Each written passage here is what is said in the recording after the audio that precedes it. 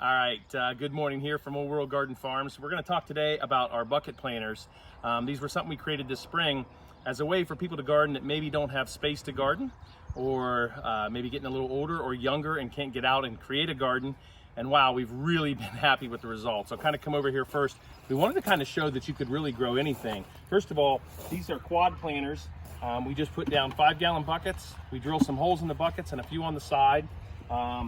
Fill a little bit with pine nuggets in the bottom, maybe up about 2 inches, just gives good drainage, and then the rest is with our homemade potting soil and compost mix.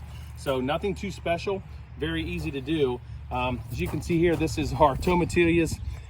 They have just done phenomenal. The tomatillo is in the family of tomatoes, but very well, very good growth. It's very easy to keep these trimmed with the 4 buckets. We can water in here. We can put a half a gallon a day in. It soaks down through. The bottom of these planters are open with 2x4s that hold the buckets, but the water can drain through, which makes it really, really nice. It's also very easy in these bucket planters to put trellises. We just use fencing wire here, and you nailed them into the side, and then we can tie the plants right off. So just an example of what you can grow. These are tomatillas, and then over here we have a little herb planter. We have parsley here, basil growing. We've had some incredible cilantro grow.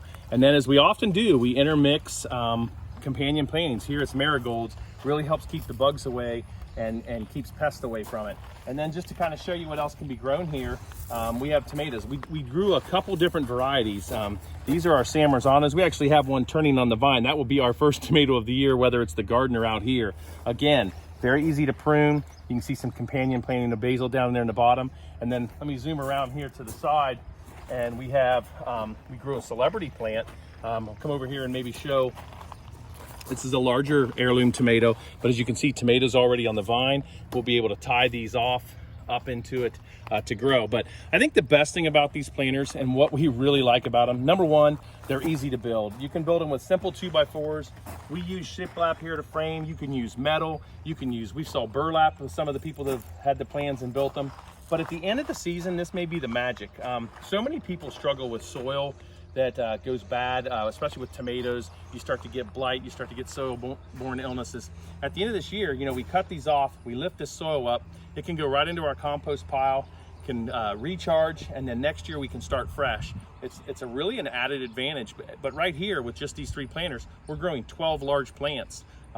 Relatively easy way to grow for patios, you name it, even if you don't have land. It's just a fantastic way to grow. Can't wait to see the results for the final season.